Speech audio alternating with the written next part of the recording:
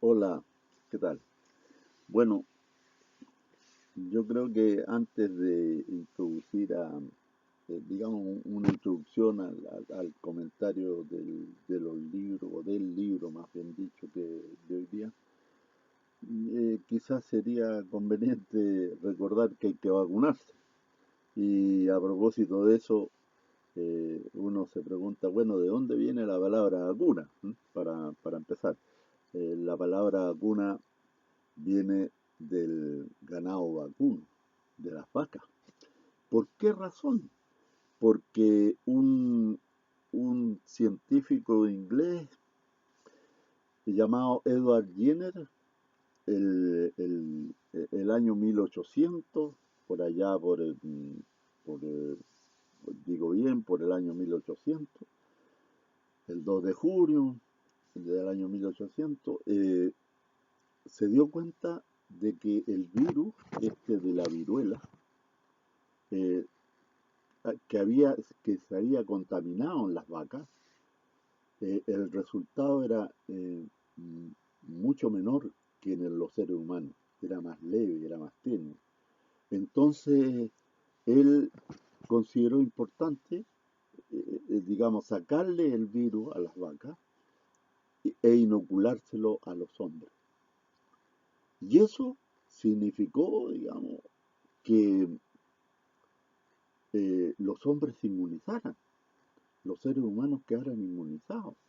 Porque claro, una dosis leve, tenue del virus le estimulaba los anticuerpos, lo que se conoce normalmente como vacuna. Por eso viene de las vacas. Es decir, al pobre científico inglés Edward Jenner le costó el puesto o lo desligaron de la Sociedad Médica de Londres, porque claro, siempre hay fuerzas reaccionarias, conservadoras, que no quieren aceptar los avances o el adelanto que los seres humanos van logrando. En todo orden de cosas siempre va a haber reaccionarios, gente negativa. Bueno, vamos a comentar esta vez, pasando al tema de los libros, un comentario breve de este libro que, que corresponde a Los retratos de la antigüedad griega, de Gerardo Vidal Guzmán, decano de la Facultad de Humanidades de la Universidad Católica, que hizo este libro, entre otros, hizo otros libros más, que es muy entretenido, muy entretenido. Y para comentarlo, digamos, vamos a, a, a, a comentar el, uno de los capítulos, para no comentarlo todo, porque todo ha sido muy entretenido, digamos. El capítulo de Pisístratos a Pericles. Este capítulo, fíjese que este libro es muy interesante porque aquí salen si ustedes se dan cuenta, salen unos dibujos que explican la diferencia entre el hombre jónico y el hombre dórico.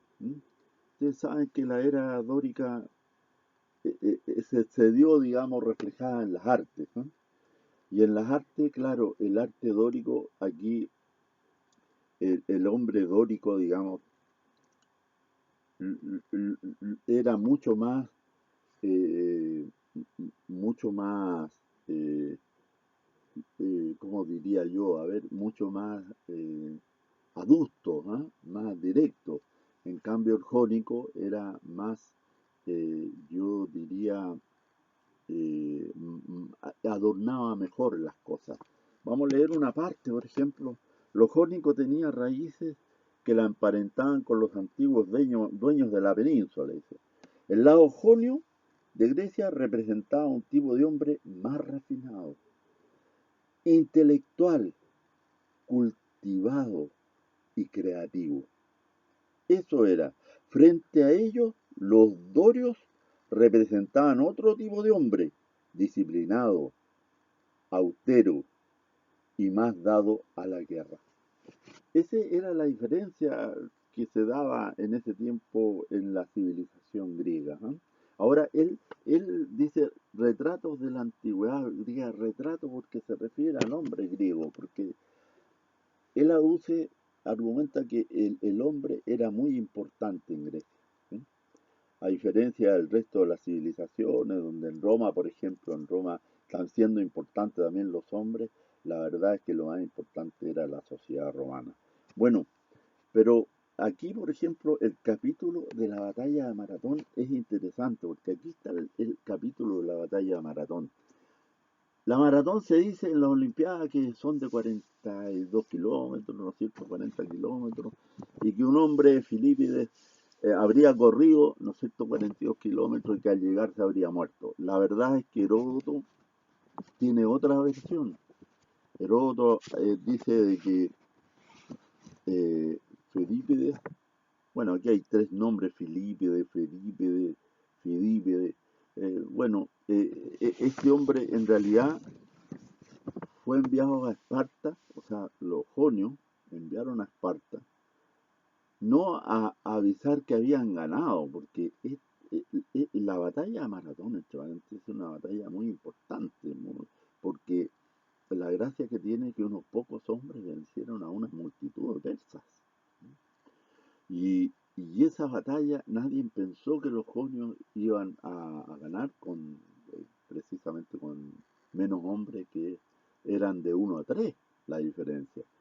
Y dicen que esa batalla fue muy importante, fue muy decisiva para el mundo occidental, por la gravitación que tuvo, por la influencia que tuvo, porque se instauró, digamos, ya definitivamente la influencia de los griegos, ¿sí? Que nosotros la recogimos en el mundo occidental. Bueno, ¿qué es lo que dice Heródoto? Heródoto dice que este hombre, eh, Filípide o Fedípide, eh, efectivamente corrió desde Maratón, ¿no es cierto?, hasta Esparta, no para avisar de que había terminado la guerra y habían vencido los jonios, porque entre paréntesis los espartanos llegaron, pero llegaron tarde, sino que corrió en realidad para avisar de que venían los persas y pedir ayuda y auxilio. Sin embargo, Heródoto dice que corrió 2 días, y que en realidad no fueron 42 kilómetros, sino que fueron 240 kilómetros. Y todo hace pensar que esto es más creíble. ¿Por qué razón? Porque a Filipe se le reventaron los pulmones. Y en ese tiempo los hombres eran fuertes, qué sé yo. Y es como que parece más cierto, como que parece más verdadero. Da la impresión, ¿no es cierto? Bueno, aquí, digamos, en este capítulo también se da a conocer la importancia de la política. Clístenes, que fue el primero que empezó antes que Pericles sobre la democracia, que fue el padre de la democracia en el fondo, decía que el que rehúye la política no es solo indiferente, sino peligroso. Fíjese la importancia, porque muchos hablan de la política, de los políticos, y no hay nada más rentable que hablar contra los políticos. Porque claro, hay muchos políticos que han sido corruptos, que se han distorsionado, que han perdido el norte del servicio público, pero también hay muchos políticos que hay que sacarles el sombrero. Entre paréntesis me acuerdo uno al tiro de Monte, que son parlamentarios que, que en realidad se han sacado la mugre trabajando en el servicio público. Y así hay otros más. Como en todo orden de cosas, hay buenos y malos. Y hay tipos que son eh, viciosos y hay tipos que son corruptos. En toda organización humana se puede encontrar más de algunos así, pero no por eso todos los políticos son corruptos. Eso es una falsedad. Yo, por lo menos, soy partidario de la política. Creo que otra cosa es ser independiente, pero sin la política la sociedad humana no puede progresar.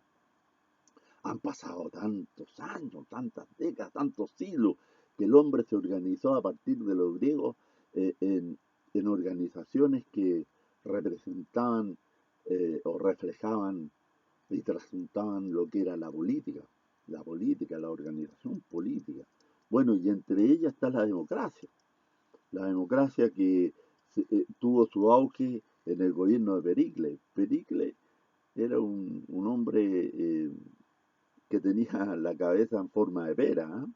Y era, los enemigos se burlaban mucho de ellos. Bueno, este libro es muy interesante en ese aspecto porque habla de mucho de esto y también se puede complementar, fíjese, con este otro libro de Indro Montanelli. Indro Montanelli, un historiador italiano que tiene la historia de los griegos. Aquí, digamos, Indro Montanelli también entrega unos aportes muy importantes, ¿no es cierto? Y en esto, por ejemplo, habla de que Pericles estableció la importancia que tuvo. Bueno, hay que recordar que en esa democracia existían esclavos, ¿no es cierto? Y que democracia en términos ortodoxos no era, pero sí Pericles se preocupó de que los campesinos, de que no solamente un grupo, una élite tuviera acceso a la política y a administrar el gobierno, sino todo el pueblo, con la excepción, eso sí, de los esclavos, ¿no es cierto? Bueno, no quiero latearlos, pero hay otro libro que lamentablemente no lo tengo, que son, pero está digitalizado, que son los griegos de Isaac Asimov. También es muy interesante porque allí aporta Asimov otros antecedentes que son importantes. Un detalle, fíjese, Pericles estableció una ley de que, y esto es curioso, estableció una ley de que no podían adquirir la ciudadanía griega las personas que fueran extranjeras. Lamentablemente, él tuvo una relación con una mujer extranjera y esa mujer extranjera, digamos, esa ley a la larga le pasó la cuenta porque no pudo declarar, no pudo, digamos, declarar la nacionalidad griega de su propio hijo. Ujú. Entonces, bueno, así se van, así es muy importante.